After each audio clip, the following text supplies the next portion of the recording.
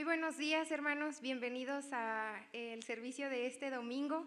El día de hoy vamos a tener palabra, vamos a tener alabanza y estamos agradecidos con el Señor porque nos permite estar reunidos aún por este medio digital. Y bueno, hermanos, les pido que me acompañen a orar para iniciar este servicio y ponernos en manos de Dios. Amado Jesús, gracias esta mañana, Señor, porque tú eres fiel, eres bueno, porque tú nos has escogido como tus hijos, Dios. Gracias porque eres nuestro Dios proveedor y porque eres un buen Padre.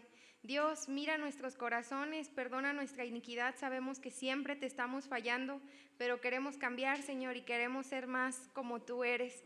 Dios, ponemos en tus manos este servicio, que todo se haga de acuerdo a tu voluntad, que suba como una ofrenda agradable para ti, Señor. Ayúdanos a hacer lo correcto y cada día ir mejorando en el servicio que es para ti. Gracias, Dios, te bendecimos y todo lo hemos pedido y agradecido en nombre de Cristo Jesús. Amén.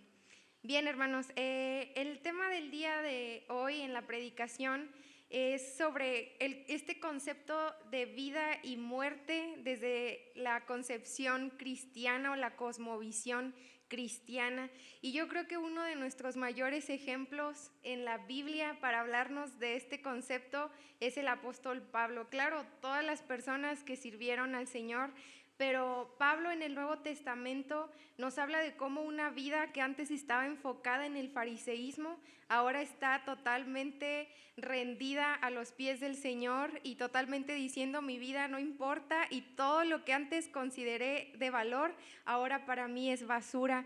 Y hay un versículo que es casi un lema que creo que la mayoría conocemos o no lo sabemos de memoria, y este es Filipenses 1:21, donde el apóstol Pablo dice: porque para mí el vivir es Cristo y el morir es ganancia. Aún en esta situación de contingencia donde muchas personas temen morir, temen enfermarse porque temen morir, para nosotros este concepto de Pablo debería estar bien afirmado en nuestro corazón y decir: si vivo, para Cristo vivo, y si muero, gané, porque estoy en la gloria con mi Señor. Y hay algo muy importante: si nosotros como cristianos, como hijos de Dios, no estamos viviendo para Cristo, automáticamente entendemos que entonces estamos viviendo para otras cosas, no sé, trabajo, familia, ganancias, etcétera. Pero pensemos y tomemos este tiempo para reflexionar si nosotros como cristianos estamos viviendo para Cristo o realmente para qué estamos viviendo. Y bueno, hermanos, vamos a continuar con el servicio. Dicho esto, y tenemos ahora nuestro tiempo de alabanzas. Les pedimos que desde su casa, desde su sala, desde su comedor, donde estén viendo, puedan gozarse con nosotros y sobre todo podamos hacer estas palabras que vienen en las canciones parte nuestra y reflexionarlas y cantárselas a nuestro Señor. Amén. A entonar la primera canción que se titula Dame a Cristo, y quiero compartir con ustedes el Salmo 73:26, que dice: mi carne y mi corazón desfallecen, mas la roca de mi corazón y mi porción es Dios para siempre. Amén. Entonces, si tenemos a Dios, si tenemos a Cristo, estamos completos, hermanos.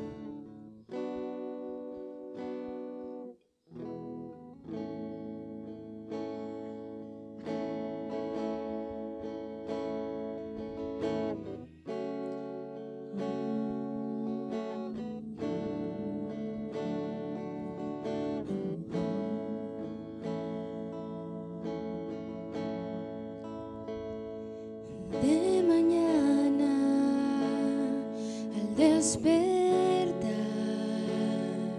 de mañana al despertar, de mañana al despertar, dame a Cristo.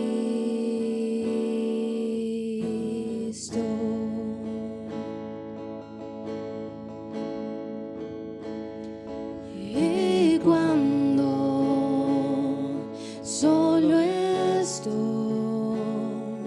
y cuando solo estoy, y cuando solo estoy, a Cristo,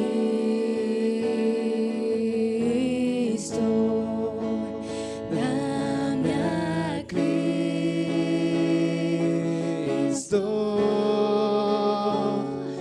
dame a Cristo,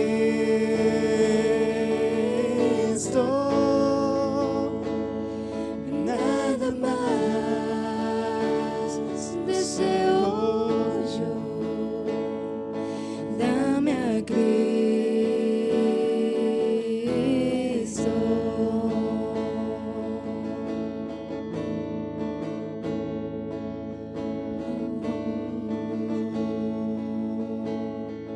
¿Y cuándo? Y cuando temo yo, y cuando temo yo, y cuando temo yo, dame a Cristo,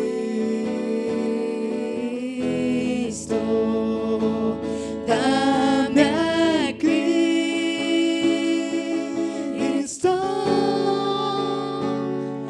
dame a Cristo,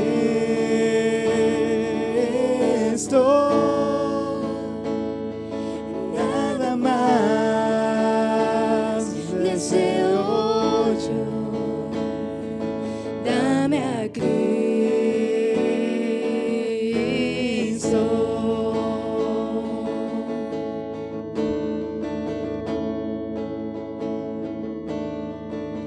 Y al momento. Y al momento de morir, y al momento de morir, y al momento de morir, dame a Cristo.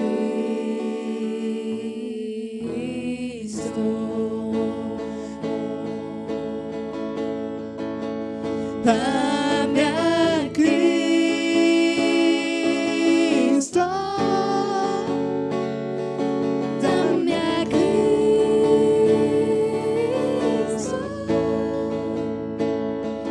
nada más deseo yo, dame a Cristo. Y dame a Cristo, dame a Cristo,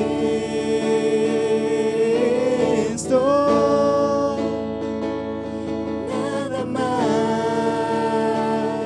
deseo yo, dame a Cristo.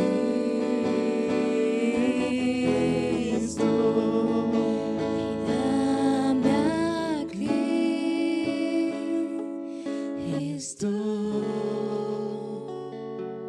dame a Cristo, nada más deseo yo, dame a Cristo.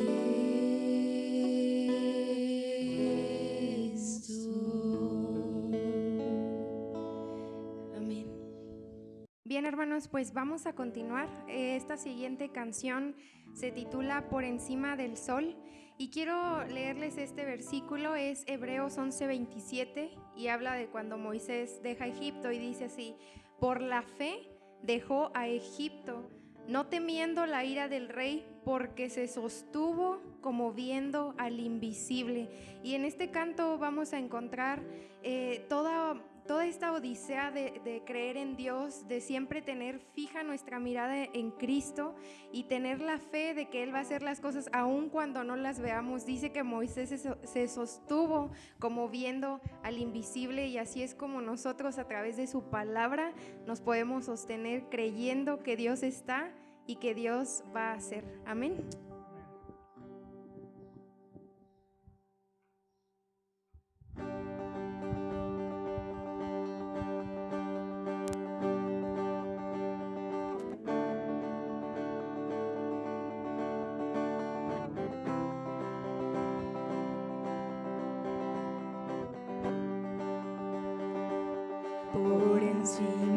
del sol hay una vista real, de ahí la vida se puede ver como es en verdad,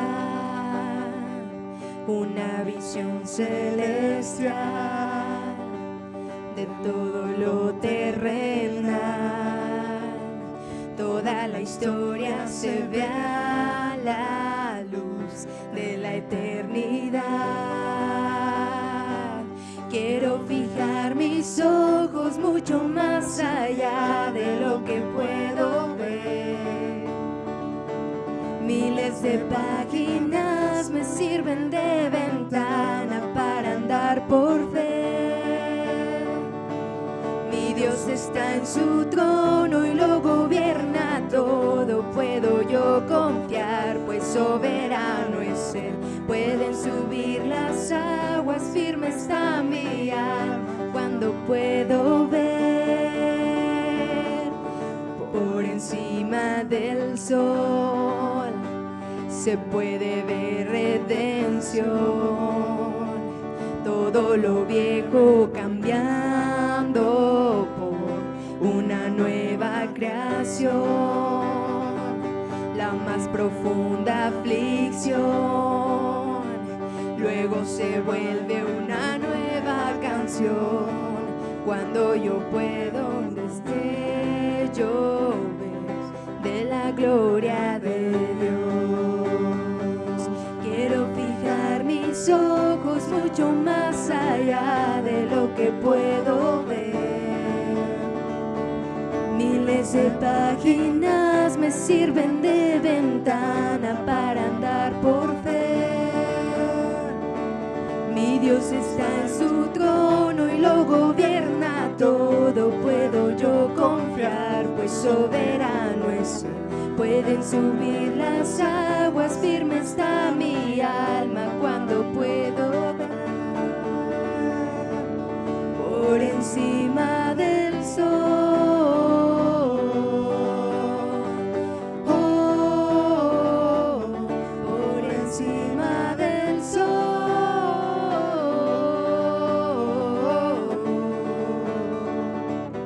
Puedo pasar por el fuego, que soplen los vientos, se agiten los mares, pues no hay sufrimiento que no dé buen fruto, de vida a su tiempo, mientras yo espero. Puedo pasar por el fuego, que soplen los vientos, se agiten los mares, pues no hay sufrimiento que no dé buen fruto, de vida a su tiempo, mientras yo espero. Mis ojos están por encima del sol. Oh, por encima del sol.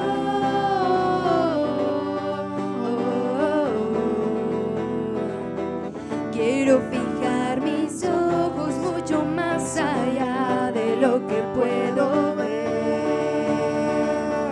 Miles de páginas me sirven de ventana para andar por fe. Mi Dios está en su trono, lo gobierna todo. Puedo yo confiar, pues soberano es Él. Pueden subir las aguas, firme está mi alma cuando puedo ver por encima del sol. Oh, por encima del sol.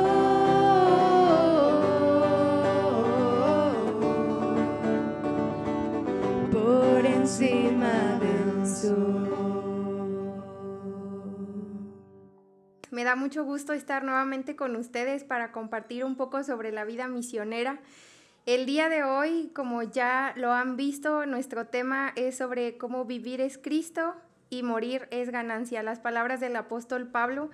Y al principio pensé en compartir con ustedes un poco del testimonio sobre la vida de Ida Scudder, que fue misionera médico en la India, pero después estuve reflexionando un poco y preferí compartir un poco sobre la vida de una familia misionera que tuve la bendición y la oportunidad de conocer ahora que estuve en la Sierra Tarahumara.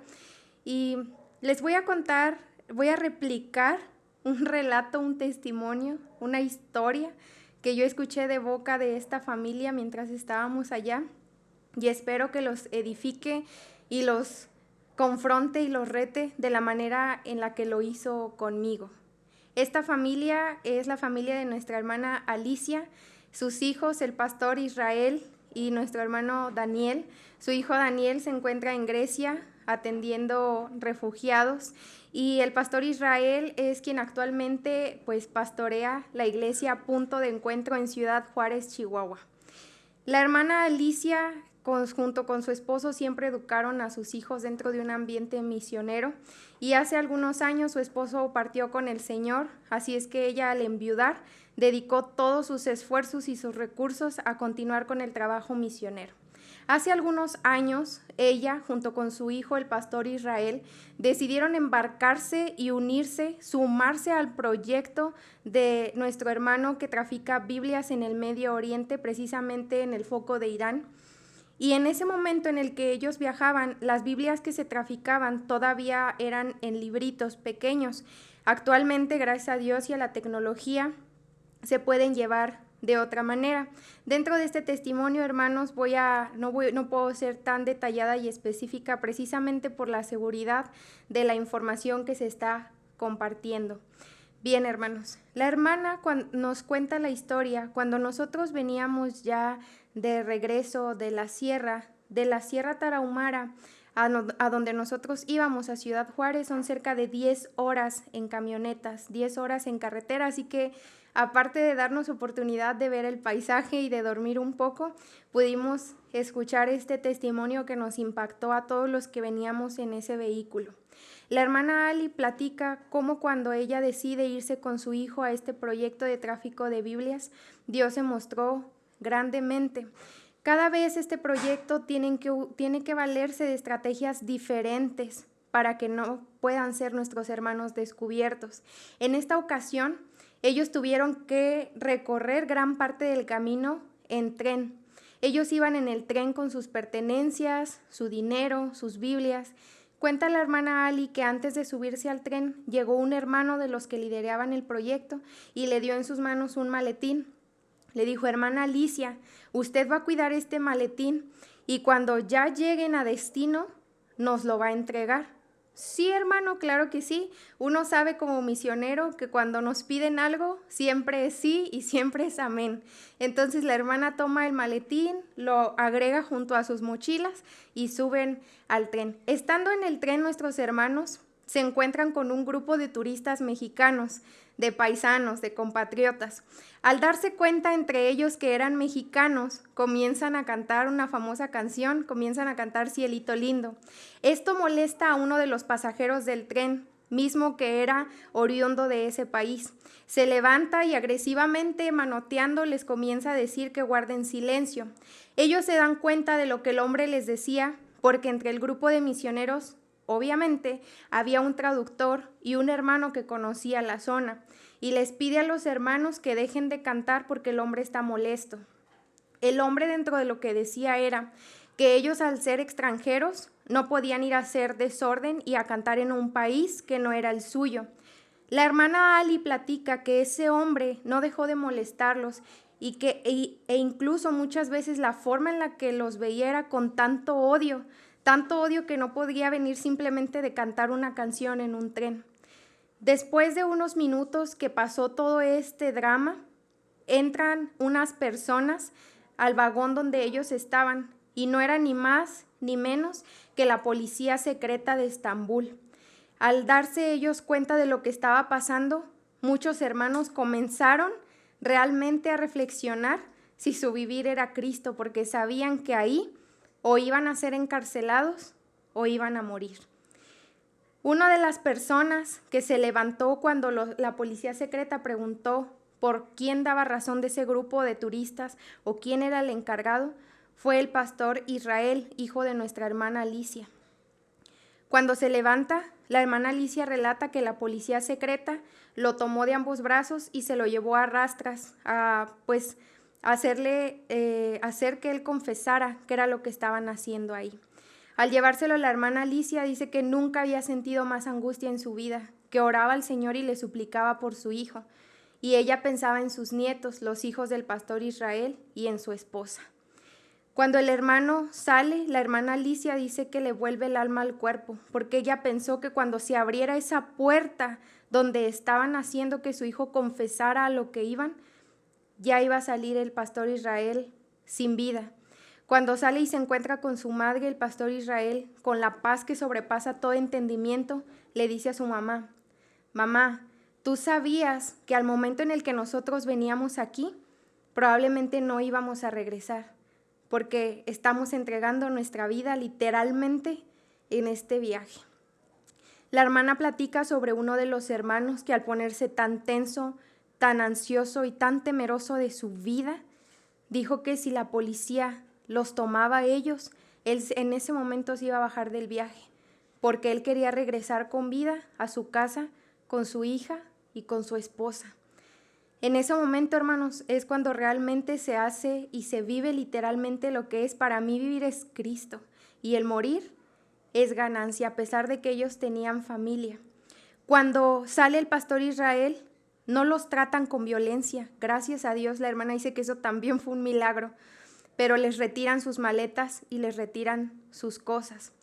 En esas maletas, hermanos, iban las Biblias que ellos iban a entregar en Irán. Se las quitan y ellos piensan que fracasaron en su intento, que no pudieron meter las Biblias, que no funcionó el viaje, que Dios no les permitió meter las Biblias y estaban tristes. Regresan cuando pueden bajar del tren y van en el autobús para llegar al hotel. 3 veces se subió la policía secreta a revisar los papeles de los mexicanos, es decir, ya los habían puesto en la mira y los iban espiando y los iban supervisando. 2 días antes de poder regresar a México, la hermana Alicia, junto con 2 hermanas jóvenes, decidieron salir a dar una caminata por el lugar. Al salir, entran en una librería de un lugar pues muy particular que se conoce como el Mercado Negro en Irán, y comienzan a ver los libros que estaban, cuando una de las hermanas comienza a llorar y a hablarles, y se acercan, le dicen que qué pasa. Las Biblias que habían sido retiradas de los hermanos no estaban ni quemadas, que es lo que hacen con ellas, ni las habían roto, ni las habían tirado. El dueño de la librería las compró para venderlas en el Mercado Negro, las recogieron en bolsas de basura a las 4 de la mañana para que pensaran precisamente que eran desechos y eran las Biblias. Al encontrarlas se dan cuenta que las Biblias entraron al país, no como tenían previsto, pero entraron a la forma de Dios. Dios hizo que de alguna manera el propósito de ese viaje se cumpliera.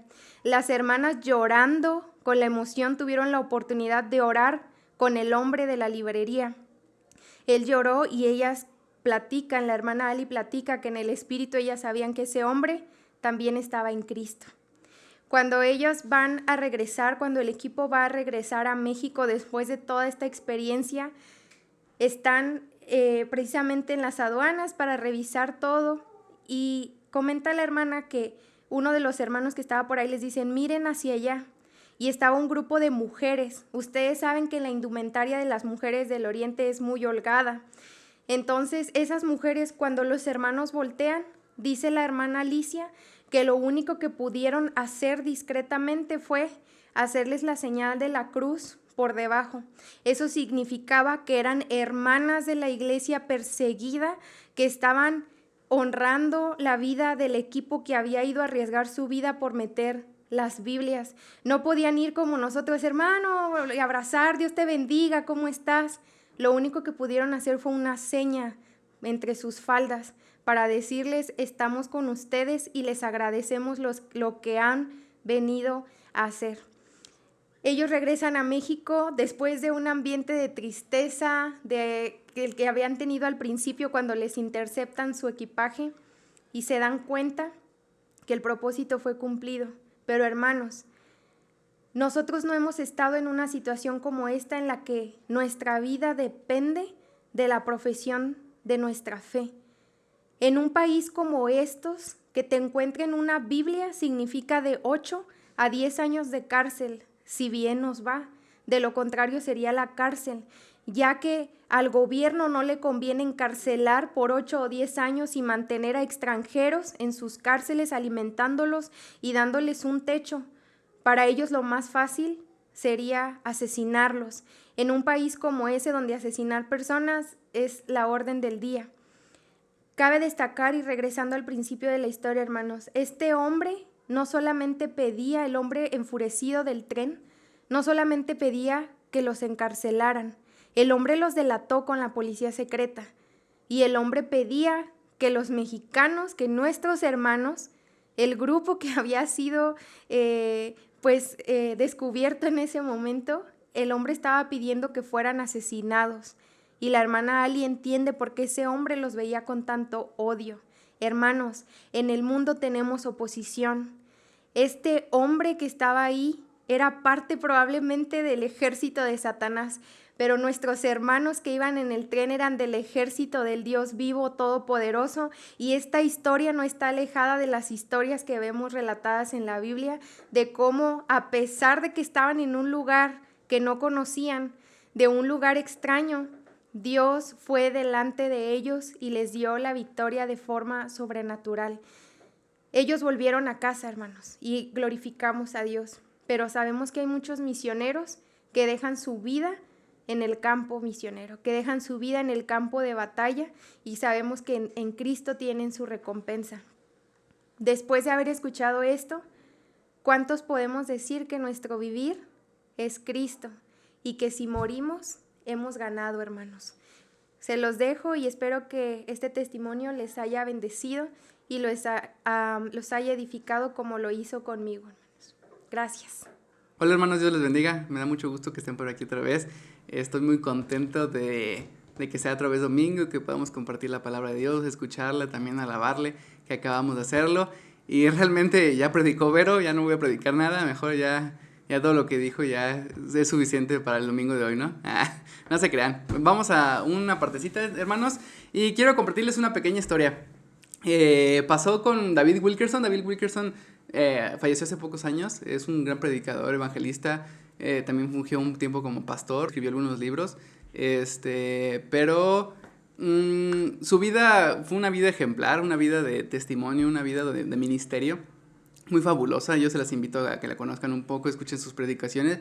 Se llama David Wilkerson y en uno de sus libros, que precisamente es se llama La cruz y el puñal, habla acerca de la conversión de un hombre que se llamaba Nicky Cruz, ¿sí? Hablan de Nicky Cruz como si fuera una persona muy, muy malvada, ¿sí? Que mataba despiadadamente. Y Nicky Cruz vivía en los suburbios de Nueva York, en una de las casi las alcantarillas vivía Nicky Cruz. Y Dios llama a David Wilkerson a ser evangelista en esos lugares, ¿no? Entonces, David Wilkerson, cuando va y predica el evangelio, se topa con todas estas pandillas, prostitución, drogadicción, y él está metido y Dios le da mucha gracia delante de esos hombres y le llamaban el evangelista, le llamaban el predicador, le decían. Entonces David Wilkerson, en una de esas que se topa con Nicky Cruz, que era el líder de las pandillas ahí de ese suburbio de Estados Unidos, le empieza a predicar el evangelio, pero Nicky Cruz lo rechaza rotundamente. Y David Wilkerson intentaba predicarle el evangelio para que él se convirtiera. Y en una de las partes del libro le dice Nicky Cruz a David Wilkerson: si se me acerca, me dijo Nicky, con voz temblorosa, lo mato. Y le contesta David Wilkerson: ¿podrías hacerlo? Le dije: podrías cortarme en 1000 pedazos y arrojarlos a la calle, pero eso no cambiaría lo que siento por ti. Esas palabras de David Wilkerson impactaron tanto en la vida de este Nicky Cruz, que al final Nicky Cruz termina convirtiéndose y termina convirtiéndose todas las pandillas de ahí, y no solamente eso, sino cesa las guerras de pandillas que había entre ellos y se convierten al evangelio muchísimas personas. ¿Por qué? Por la conversión de un hombre. Pero el tema de hoy no es Nicky Cruz ni el evangelismo. El tema de hoy es precisamente es vivir es Cristo o morir es ganancia, ¿sí? Básicamente quiero que veamos hoy qué significa el vivir es Cristo y morir ganancia, pero como una cosmovisión. ¿A qué me refiero con una cosmovisión? Me refiero a la visión que nosotros tenemos del mundo, a la manera que nosotros vemos el mundo, sí, como una filosofía de vida. Yo puedo tener diferentes cosmovisiones y dirigirme a comportarme en la vida de distintas maneras, pero depende de lo que yo piense. Pero yo quiero que analicemos bien estas palabras de vivir es Cristo y morir es ganancia como una manera de sostener nuestras vidas en diferentes ámbitos, ¿sí? Y dicho esto, pues vamos a comenzar, hermanos. Quiero que vean ahí que la vida de Bill Wilkerson, imagínense estar ahí adentro en las alcantarillas y tener el cuchillo de Nicky Cruz, que siempre mencionan que mataba con su cuchillo. Y de repente toparte tú como predicador enfrente de él, predicarle, y le dice, ¿te me acercas un poco más? Yo te mato. Y le dice a Bill Wilkerson, sabiendo esto de vivir es Cristo y morir es ganancia, como Pablo, le dice, córtame, pero no, eso no va a cambiar el amor que yo tengo por ti. Sí, hermanos, vamos a dividir el sermón en 5 partecitas, ¿sí? Me gustaría compartirles qué significa toda esta parte de vivir, pero quiero que lo dividamos en 5 partes.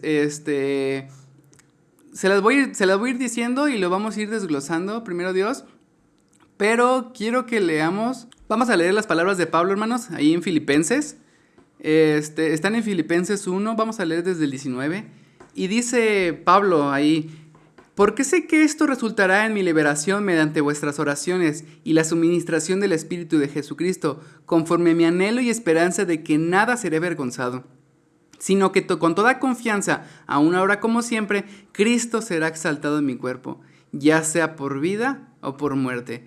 Pues para mí, el vivir es Cristo y el morir es ganancia. Pero si el vivir en la carne, esto significa para mí una labor fructífera, entonces no sé cuál escoger, pues de ambos lados me siento premiado, teniendo el deseo de partir y estar con Cristo, pues eso es mucho mejor. Y sin embargo, continuar en la carne es más necesario por causa de vosotros. Y convencido de esto, sé que permaneceré y continuaré con todos vosotros para vuestro progreso y gozo en la fe. Hermanos, aquí está el apóstol Pablo diciendo, ya sea por vida o por muerte, yo voy a exaltar a Cristo. Y quiero que veamos que Pablo no tenía dos decisiones malas, o sea, una buena y una mala. O sea, no estaba eligiendo entre la vida y la muerte. Estaba eligiendo, Pablo, estaba diciendo, yo no sé si quedarme vivir, o sea, sirviéndoles, produciendo un bien, o partir con Cristo, que es mucho mejor. Él estaba eligiendo entre 2 bienes, y eso es lo interesante de este pasaje, que generalmente vemos a la muerte como algo negativo, ¿no? Generalmente vemos como que es el cese de la vida, como que creemos que todo se acabó ahí, pero realmente Pablo estaba llevando sus palabras un poco más allá. Y eso es lo que quiero que desglosemos hoy. Vamos a empezar con el primer punto que los dividí aquí, y es esta filosofía de Pablo destruye lo temporal y pone la vista en lo eterno. Si realmente creemos estas palabras, hermanos, nosotros debemos entender que nuestra vida es tan pequeña, tan finita, ¿sí? Que si nosotros fuera como una cuerda larga, nuestra vida representaría una rayita de esa cuerda, ¿sí? Entonces, ve lo que el Salmo 103, 14 del 16 dice, porque Él sabe que estamos hechos, se acuerda de que somos solo polvo, el hombre como la hierba son sus días, como la flor de campo, así florece, cuando el viento pasa sobre ella y deja de ser, y su lugar ya no lo reconoce. Nuestra vida es temporal, tan efímera, tan fugaz como una planta. Crece la planta y de repente ya se va. En algún momento, yo no sé mucho de plantas, pero en algún momento conocí una blanquita que me decían que era súper efímera. Y hace cuenta que florecía, hermanos, tarda como 2-3 meses en salir. Y cuando sale la florecita, ya por fin la ves y al día siguiente ya se marchitó. Entonces, así es nuestra vida. Crecemos y de repente ya se nos desvanecemos. Entonces, si no tenemos una filosofía de vida correcta, entonces vamos a tratar de vivir esa fracción tan pequeña de tiempo. Vamos a tratar de vivirla como si fuera con un pensamiento muy diferente. Vean las personas alrededor de ustedes, vean las personas que tratan de acumular riquezas, las personas que tratan de vivir todo como si fuera la única manera de vivir. Pero nosotros como cristianos y en esa cosmovisión, nosotros sabemos que hay algo más allá. La muerte representa no el cese de la vida, sino el seguimiento de nuestra vida eterna. Y ahorita lo vamos a ver. Fíjense que nuestra vida eterna, hermanos, no comienza cuando nos morimos. Nuestra vida eterna comienza aquí. Y eso es lo que Jesús decía cuando su oración en Juan 17 decía, esta es la vida eterna, que te conozcan a ti, el único Dios verdadero, y a Jesucristo a quien tú has enviado. Nuestra vida eterna, hermano, reside, como Pablo lo decía, en conocer a Dios. Entonces, quiero que veas que nuestra vida comienza ahorita, pero tenemos una eternidad. Dios ha puesto eternidad en nosotros. Y dice Jesús que Él era el pan de vida, que si nosotros comíamos de Él, íbamos a vivir eternamente y que jamás tendríamos hambre. Él dijo que Él era el agua de vida, que si nosotros tomábamos de esa agua, jamás íbamos a tener sed otra vez y que íbamos a tener vida eterna. Y decía también Jesús, otra parte ahí de Juan, decía, cualquiera que cree en mí tendrá vida eterna. Entonces, Pablo, quiero que vean sus palabras y decir, vivir es Cristo y morir es ganancia. Hermanos, para las personas ricas morir no es ganancia. Para las personas que están atadas a este mundo, morir no es ganancia. Pero las personas que tienen su mente en lo eterno, su cabeza en que hay algo más allá de esto, entonces nuestra vida ¿cómo cambiaría? Cuando nos damos cuenta que solamente estamos una fracción de tiempo en esta tierra. Sí, nuestra vida es como la flor del campo, hermanos. ¿Qué otra cosa también sucede cuando nosotros tenemos esto de vivir es Cristo y morir es ganancia? Díganme, hermanos, ¿dónde queda la parte de lo económico? Vamos a pensar si realmente creemos lo que estamos diciendo, porque lo podemos repetir de labios y lo podemos decir así, ay, sí, para mí el vivir es Cristo y morir es ganancia. Pero realmente por eso Pablo decía, porque para mí. Tiene que ser para ti, hermano, y tiene que ser para mí, porque para mí el vivir es Cristo. Entonces tengo que conformarme a mi mente al Evangelio, tengo que conformar mi mente a lo que dice la palabra de Dios. Y aquí está diciendo, otra parte que nosotros veríamos a la hora de creer estas palabras es que destruye totalmente la avaricia, hermanos. Y nos da un contentamiento para nosotros vivir conforme al Evangelio. Ya conocemos la historia muy famosa en Lucas 12, donde está un hombre rico. Y fíjense lo que dice. La tierra de cierto hombre rico había producido mucho y pensaba dentro de sí diciendo, ¿qué haré? Ya que no tengo dónde almacenar mis cosechas, entonces digo, esto haré, derribaré mis graneros y edificaré otros más grandes, y ahí almacenaré todo mi grano y mis bienes, y diré a mi alma, alma, tienes muchos bienes depositados para muchos años. Hermanos, a veces pasa así. Antes venía el Evangelio y inclusive estar dentro del Evangelio podemos tener una mala concepción de las riquezas. Y lo que este hombre estaba teniendo era abundancia de bienes materiales. Y dijo, ¿qué voy a hacer? No, voy a destruirlos. O sea, yo lo leía y decía, o sea, no dijo voy a construir uno nuevo. O sea, dijo voy a destruir los que tengo, los más pequeños, y voy a construir unos más grandes y voy a almacenar mis riquezas. Y le diré a mi alma algo muy que anhelan mucho las personas que buscan riquezas, y le está diciendo su alma, fíjense, descansa, come, bebe y diviértete. Hermanos, esta es la vida de un perrito. Si un perrito se la pasa descansando, comiendo, bebiendo y divirtiéndose, pues es un buen perrito, ¿no? Pero realmente, no quiero decir, no me malentiendan, que divertirse, comer, beber significa algo negativo. Sí, realmente es bueno tener un tiempo de recreación, pero lo que este hombre estaba diciendo era, ya no voy a trabajar, ya no voy a hacer otra cosa productiva, lo único que voy a tener es una vida de comer, descansar, beber y divertirme. Entonces, y la vida, hermanos, cuando nosotros creemos que vivir es Cristo y morir es ganancia, no podemos quedarnos en esa parte, no podemos quedarnos en, ay, nada más, vacaciones, las vacaciones eternas, estar de ni trabajo, ni estudio, ni hago nada, ¿no? Que a veces lo anhelábamos y a veces queríamos, pero es que realmente, hermanos, nuestra vida tiene un propósito diferente al solamente quedarnos en esa parte. ¿Y qué le contesta a Dios? Dice, pero Dios le dijo, necio, en esta misma noche te reclaman el alma, y ahora ¿quién será lo que has provisto? ¿Para quién será? Así es el que acumula tesoros para sí y no es rico para con Dios. Si nosotros decimos vivir es Cristo, hermanos, estamos renunciando al amor a las riquezas, no a las riquezas, al amor a las riquezas, que nuestro Dios sea Dios y no las riquezas como Jesús lo estipuló alguna vez. ¿Sí? Que nuestro Dios no sea Mamón, o sea, el Dios de las riquezas, sino sea Dios mismo, que nos da las riquezas para que las disfrutemos y las tengamos abundantemente. ¿Sí? Si yo digo eso, vivir es Cristo, entonces yo me estoy contentando con la única riqueza que tengo, que es Cristo. Fíjense, algo bien padre del Antiguo Testamento es la tribu Leví. A mí me encanta ver cuando están las 12 tribus, están repartiéndose las tierras. A ti te va a tocar de tal río, a ti te va a tocar de tal montaña. Y entonces se la pasaban por ahí, ¿no?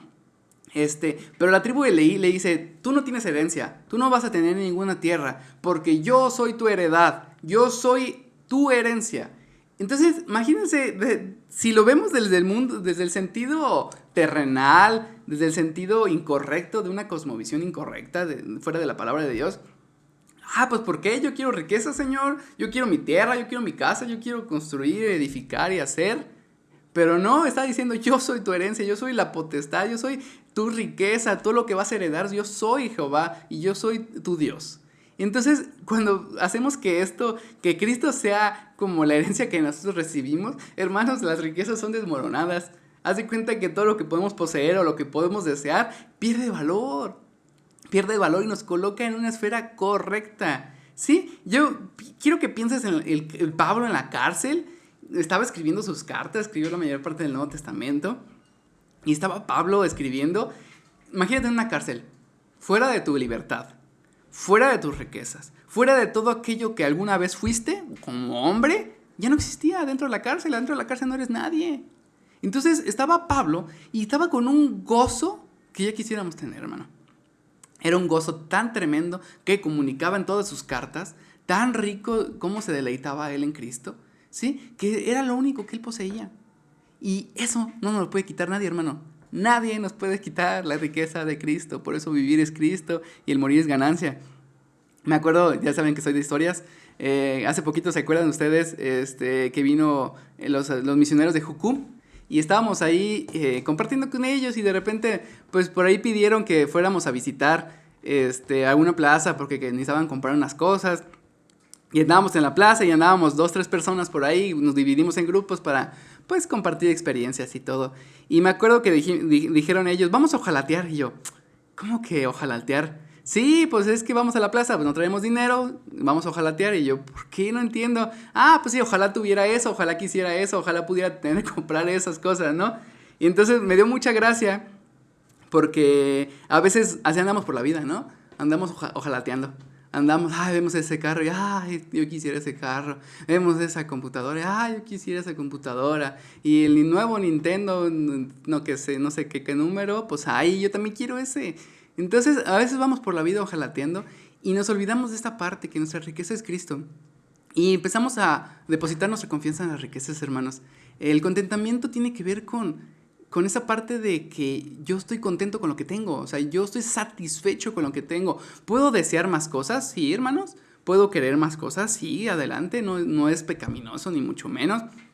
El problema es que yo deposité todo ahí, que yo no esté satisfecho en donde estoy. Y me acuerdo que Dios me dio esta palabra. Dios trató mucho con mi vida, esta parte de colocar las riquezas en el lugar correcto. Por ahí tengo un librillo que me ayudó bastante, después se los puedo compartir. Es muy pequeño, es unas reflexiones sobre el contentamiento y me ayudó bastante a decir, gracias Dios por lo que tengo, es absolutamente lo que necesito y tengo más de lo que necesito, no necesito más. Y cuanto más con Cristo, hermanos, no necesitamos nada. Él nos dará siempre todas las cosas, nada más que tenemos que aprender nosotros a vivir esa parte, ¿sí? Por cierto, antes de que continúe, este librito se lo quiero prestar a alguien, ¿sí? Pues el primero que me diga cuántos versículos tiene el Salmo 119, pues se lo presto. Yo sé que está un poco destruido, está un poco arrugado, pero el primero que me ponga cuántos versículos tiene el Salmo 119, se los presto, ¿sale? Con B de vuelta. Bueno, otra cosa que hace el hermano lo de vivir es Cristo. Nos da un propósito de vida. Ese propósito de vida, yo lo veo con mis alumnos, yo lo veo con la gente que conozco. Y antes de Cristo te das cuenta que la gente, pues, vagamente anda buscando qué hacer y qué pensar y qué decir, porque no saben qué es de su vida, no tienen un sentido real. Entonces eso los anda llevando por vagar, por andar vagando en todos lados y andar picando piedra por todos lados.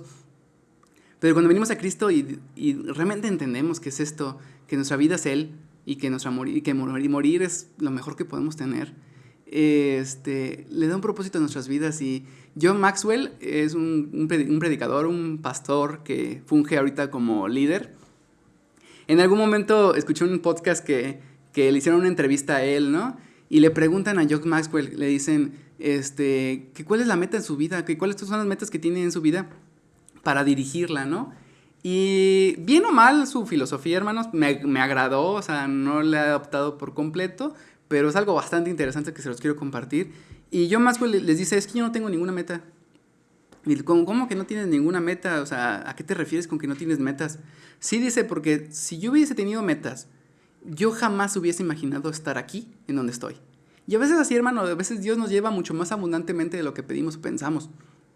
Jamás creí estar aquí, jamás pensé tener las habilidades que tengo hoy. Y si hubieran sido mi meta, jamás me hubiera podido imaginar esa meta. ¿Sí? Está interesante. Pero decía, mi único propósito de vida, que vamos a decir que es la única meta que tenía John Maxwell, era glorificar a Dios en su vida. Sea lo que eso signifique. Si yo tengo una buena voz, yo pensaba sobre esta parte, yo puedo glorificar a Dios con eso. Puedo servir a Dios con mi voz. Pero si en algún momento la pierdo, un accidente, lo que sea, pierdo mi voz, mi propósito de vida no se ha ido, porque mi propósito es glorificar a Dios. Mi propósito no es cantar, aunque de cierta manera Dios me llama a cantar, o Dios me llama a predicar, o Dios me llama a algún servicio. Pero nuestro propósito de vida es Él, glorificarlo. ¿Por qué sacó Dios a su pueblo de Egipto? O sea, para que le glorificaran. Y ese es el único propósito que tenemos en nuestras vidas. Y Eclesiastés, que obviamente coincidimos que es Salomón, pero bueno, por ahí está la discusión, pero viene Eclesiastés. Me encanta este libro, es mi favorito. Y está Eclesiastés, hermanos, en Eclesiastés 2. Se lo voy a mencionar, no me gusta leer muchos versículos, estoy en contra de eso, pero voy a leer desde el 4 hasta el 11. Y fíjense lo que estaba buscando Salomón aquí mencionando, dice, engrandecí mis obras, me edifiqué casas, me planté viñedos, me hice jardines y huertos, y me planté en ellos toda clase de árboles frutales, mis estanques de aguas para regar el bosque con árboles en pleno crecimiento. Imagínense, hermanos, a veces yo le ando batallando que quiero poner una planta, digo, están bien caras las macetas. Vas a las macetas y dices, hombre, 200 cuesta más cara que las plantas, ¿no? Entonces, fíjense lo que Salomón estaba haciendo aquí. O sea, sus obras, hizo jardines, huertos, bosque, compró esclavos, esclavas, tuvo esclavos nacidos en casa, tuvo ganados, vacas, ovejas, más que todos los que precedieron de él en Jerusalén. Reuní también para mí plata y oro y el tesoro de los reyes y las provincias. Me proveí de cantores y cantoras. O sea, no tenía un estéreo, hermano, tenía él cantores ahí, concubinas, engrandecí y superé a todos los que me precedieron en Jerusalén. Y dice, y todo cuanto mis ojos deseaban, nada le negué, ni privé mi corazón de ningún placer, porque mi corazón gozaba de todo mi trabajo. Pero al final, en el versículo 11 dice, y aquí todo era vanidad y correr tras el viento y sin provecho bajo el sol. Hermanos, a veces estamos así. Creemos que eso, construir viñedos, construir plantas, ahorita ya no lo hacemos, ¿no? Pero creemos que las acciones van a llenar nuestras vidas. Entonces, cuando creemos que esto, andamos corriendo tras ellas como Salomón. Y decía, yo voy a correr tras ellas y decir, pues voy a saciar mi alma, voy a cantores y todo cuanto mi alma deseaba. Imagínense, despertar y decir, yo quiero un cantor hombre que cante como voz grave, consíganmelo, órale. No, y ahora yo quiero una concubina, ahora yo quiero un esclavo que me sirva, que sea bueno, echando aire, no, pues órale. Pues el rey ha dicho, consíganselo, ¿no? Y entonces al final se da cuenta que todo era vanidad y correr tras el viento. Y como les decía la otra vez, o sea, atrapar el tiempo no se puede, hermano, o sea, andar corriendo tras de él. Y al final del libro se da cuenta, después de haber probado todo, que solamente había un propósito, hermanos. Y el propósito dice, la conclusión, cuanto todo se ha oído es esta, teme a Dios y guarda sus mandamientos, porque esto concierne a toda persona. Hermanos, Ese es el propósito de nuestras vidas. Temer a Dios, obedecerle y hacer que realmente viva en nosotros. El vivir es Cristo y morir es ganancia. Ya vamos por el punto 4, hermanos. Algo muy triste que sucede siempre y aún nos pasa como cristianos, aún nos pasa también como parte del pueblo de Dios y antes como pecadores, es que si esta filosofía es nuestra cosmovisión, va a quitar nuestra insatisfacción y nos va a dar una satisfacción en el alma que nada, absolutamente nada nos va a poder dar. Y vean lo que dice, hermanos, Jeremías 2:13. Le está reclamando Dios a su pueblo y le está diciendo: porque 2 males ha hecho mi pueblo. Me han abandonado a mí, fuente de aguas vivas, y han cavado para sí cisternas agrietadas que no retienen el agua. Aún conociendo a Dios, hermanos, podemos perdernos nuestro propósito, podemos aún creer que el mundo nos va a saciar, creer que las riquezas o lo que hago, mi ministerio, va a ser mucho más grande que nuestro Dios. Entonces le está diciendo Dios: es que tú has construido tu propia cisterna para tomar tu propia agua, pero no te has dado cuenta que has construido una cisterna rota. Una cisterna, hubo un tiempo que mi cisterna estaba agrietada y de repente pues el agua estaba aquí y al día siguiente ya había bajado, ¿no? Entonces yo estaba bien espantado y dije: no puede ser, 10,000 litros de agua se me han ido ahí, ¿no? Entonces es una locura. Y entonces a veces cuando vivimos la vida así, Cristo, y no optamos esta filosofía, hermanos, de verdad estamos construyendo cisternas rotas, cuando no hacemos que nuestro deleite sea Dios. Y vean lo que dice el salmista en el 119, dice: anhelo tu salvación, Señor, y tu ley es mi deleite. Me deleitaré en tus estatutos y no olvidaré tu palabra. Hermanos, nuestro deleite debe ser Dios, nuestro deleite debe ser Cristo, refugiarnos en la palabra. Va a haber días en los que no vas a querer leer la Biblia, va a haber casos en donde no vas a querer orar. Y es normal, hermano. Estamos en un cuerpo de carne en la que tenemos que estar luchando contra esto, ¿sí? Y a veces yo le digo a Dios: Señor, estoy leyendo la Biblia porque tengo que leerla, pero hoy no siento el leerla. Pero hay veces que abres la Biblia y no tardas ni el primer versículo y Dios te está hablando, ¿sí? Para tener tiempos de calidad te necesitan tiempos de cantidad. O sea, yo necesito... Ustedes no me van a dejar mentir cuando están con su esposa, con sus hijos. Los momentos más inolvidables, más hermosos que han tenido, no han venido de que una cosa de que la planearon ustedes, o no han venido de que hoy voy a estar con mi familia y va a ser un gran día. No, vienen de pasar sistemáticamente tiempos de cantidad con tu familia, tiempos de cantidad con tu esposa, y de pronto en uno de esos días de cantidad va a venir un día glorioso, un día de donde van a pasársela extremadamente bien. Y así es con Dios. O sea, a veces tenemos que ir ahí, aunque no lo sintamos, aunque no querramos, nuestra carne se opone, ¿sí? Y entonces deleitarnos en la palabra de Dios como lo hacía el salmista en el 119, y decir: tu palabra, tus estatutos, todo lo que tú dices y sale de tu boca, para mí es un deleite, ¿sí? Y si vemos rápidamente el libro de Cantar de los Cantares, se darán cuenta, hermanos, que es la relación entre un esposo y una esposa, ¿sí? Entre unos amantes. Y si ustedes lo leen, se darán cuenta del amor que se derraman uno por el otro, y mencionan cómo estaba su cuerpo de hermoso, y mencionan cómo era para ellos el deleite de estar juntos, de cuando se separaban era un tormento para ellos. A mí me costó trabajo entender este libro, lo tuve que leer varias veces para poder entenderlo. Y entre ellos se decían: vean esto: mi amado es resplandeciente y sonrosado, distinguido entre 10,000, su paladar dulcísimo y todo él deseable. Este es mi amado y este es mi amigo, hijas de Jerusalén. Precisamente está diciendo lo que decía la alabanza que cantaban Vero y los hermanos de la alabanza la vez pasada, que decía: mi amado es más bello entre millar de millares.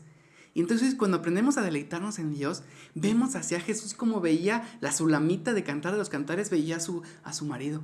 Y decían: tú eres más bello, tus piernas son como unos troncos, como unos robles que se resplandecen. Y así cuando vemos a Cristo, hermanos, no tenemos otra cosa más que deleitarnos. De verdad, hermanos, tenemos que aprender a soltar toda esa parte legalista de nosotros, esa parte de tener que hacer las cosas por Dios, de obligación, y decir: voy a hacerlo por amor. obedecer por amor, santificarnos por amor, y eso va a producir un deleite en nuestra alma y adoptar esta filosofía, hermanos. Por último, ya quiero terminar con el último punto, yo creo que para mí es el más importante. Cuando Pablo está diciendo vivir es Cristo y morir es ganancia, yo no le veo ni un gramo de temor en su vida. Tiene fuera el miedo, ¿sí? Y tiene toda la total seguridad en su alma. Él está diciendo, porque para mí el vivir es Cristo, sí, todo lo que haga para mí es para Él. Recuerden que Él mismo decía que todo lo ha estimado por basura. Cuando tú comparas a Cristo, tus conocimientos, tus talentos, tus logros, todo es basura por ganarlo a Él. ¿Sí? Dice, pero el morir es ganancia. Él tenía una seguridad en su salvación de que si Él partía con Cristo. Y no dependía esta seguridad porque escribió la mayor parte del Nuevo Testamento. No dependía su seguridad por todo lo que había hecho Pablo, todo lo que sufrió Pablo, porque nuestras obras no tienen ni un peso, hermanos, ni un peso para la obra perfecta de Cristo Jesús. ¿Sí? Entonces tenemos una seguridad en Él. Y cuando yo empecé a creer que realmente esta parte era el día que yo parta, el día que yo muera, Él me ha salvado, Él me ha regenerado, Él como Dios creador, hizo una nueva criatura en mí, o sea, me hizo nacer de nuevo. Y aparte de nacerme de nuevo, me justificó como un juez justo delante del Padre. Entonces, delante de Él estoy siendo justo. Me ha llamado su Hijo, ¿sí? Entonces, hermanos, la muerte solamente es una puertita en la que nosotros atravesamos y seguimos estando con Él. No hay una separación. La muerte física es la separación de nuestro cuerpo, pero nuestro espíritu, nuestra alma sigue estando con Él, hermanos. Y Pablo lo decía en Romanos, decía, por lo cual estoy seguro que ni la muerte, ni la vida, ni los ángeles, ni los principados, ni potestades, ni lo presente, ni lo porvenir, ni lo alto, ni lo profundo, ni ninguna otra cosa creada nos podrá separar del amor de Dios que es en Cristo Jesús, Señor nuestro. Hermanos, ni la vida ni la muerte nos podrá separar de Él. Tenemos esta confianza, es una seguridad que tenemos completamente en Cristo. Y eso quita todos los temores, quita todos los miedos. Sí, porque nuestra justicia no depende de nuestras obras, depende de una obra majestuosa que es la obra de Cristo Jesús en nuestras vidas. Solamente Cristo Jesús. ¿Cuántas obras puedes hacer tú, hermano, para llamarte justo? ¿O cuántas obras puedes hacer para llamarte injusto? Es precisamente, Pablo decía, el día que yo muera, ya voy a estar con Él.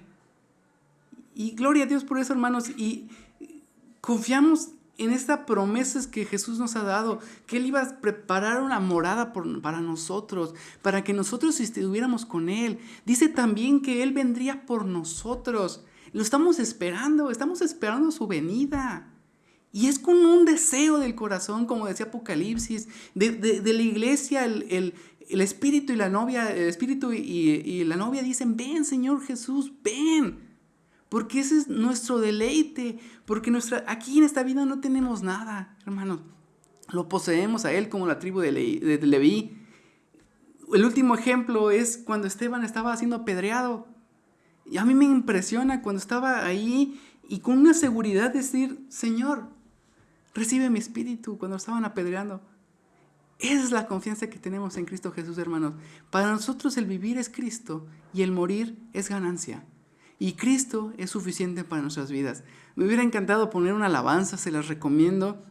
Se llama Jesús es suficiente. No puedo ni tararearla porque nos van a quebrar con los derechos de autor, pero Jesús es suficiente, hermanos. Escúchenla, no la podemos poner porque estaba muy bloqueadota, pero es una hermosura de canto y es decir, Jesús verdaderamente es lo único que necesito, nada más, hermanos. Entonces, vamos a darle gracias a Dios y decirle, Padre, perdona nuestras iniquidades, Dios, solo gracias, Señor, perdónanos por desviar nuestra mente, nuestros ojos en creer que vivir es otra cosa aparte de Cristo, Señor. Gracias porque nos has mostrado en tu palabra, Señor, que necesitamos poner nuestra mirada, Señor, y convertirla en una filosofía personal, en una cosmovisión personal, Señor, que el vivir es Cristo y morir es ganancia, Padre. Gracias por todo lo que le has dado a la IVA, Señor. Gracias por todo lo que me has dado, Dios. Simplemente te pido que recibas este holocausto, Señor, y permitas que esto produzca en nosotros un cambio de vida, Señor. Te lo pedimos en Cristo Jesús. Gracias. Amén, amén. Hermanos, Dios los bendiga. Nos vemos el próximo domingo. Bien, hermanos, pues agradecemos al Señor por la palabra que nos ha traído a través de nuestro hermano Pepe, que lo ha utilizado para poder compartir en este domingo. Y como decía al principio, y ya todo lo que nuestro hermano Pepe nos pudo compartir, yo creo que es importante que podamos reflexionar sobre lo que realmente mueve nuestra vida, y que si el Señor nos llama a su presencia hoy, o si Él viene mañana por nosotros, que podamos decir que vivimos para Él, y que cuando estemos con Él digamos: Señor, ahora estoy donde siempre quise estar, que es contigo. Y pues bueno, hermanos, vamos a continuar. Ahora pues vamos a dar la información para diezmos y ofrendas. La información, como de costumbre, va a aparecer en sus pantallas, el número de tarjeta, al igual que la clave interbancaria, para que podamos todos pues estar cumpliendo con nuestras obligaciones para con el Señor, y pues claramente también para con nuestra iglesia local. Entonces, pues ahí tienen la información, hermanos. Cualquier duda saben que pueden escribir a nuestro hermano Alex. Y pues, hermanos, agradecidos por este domingo, vamos a terminar este servicio. Pues esperamos que cada uno de ustedes tenga bendición en su casa, que empiece bien la semana, y que sobre todo estas palabras que escuchamos puedan caer en buena tierra, puedan germinar y puedan hacer que podamos asemejarnos cada vez más al carácter de nuestro Señor Jesucristo, hermanos. Gracias, hasta el próximo domingo y que Dios los bendiga.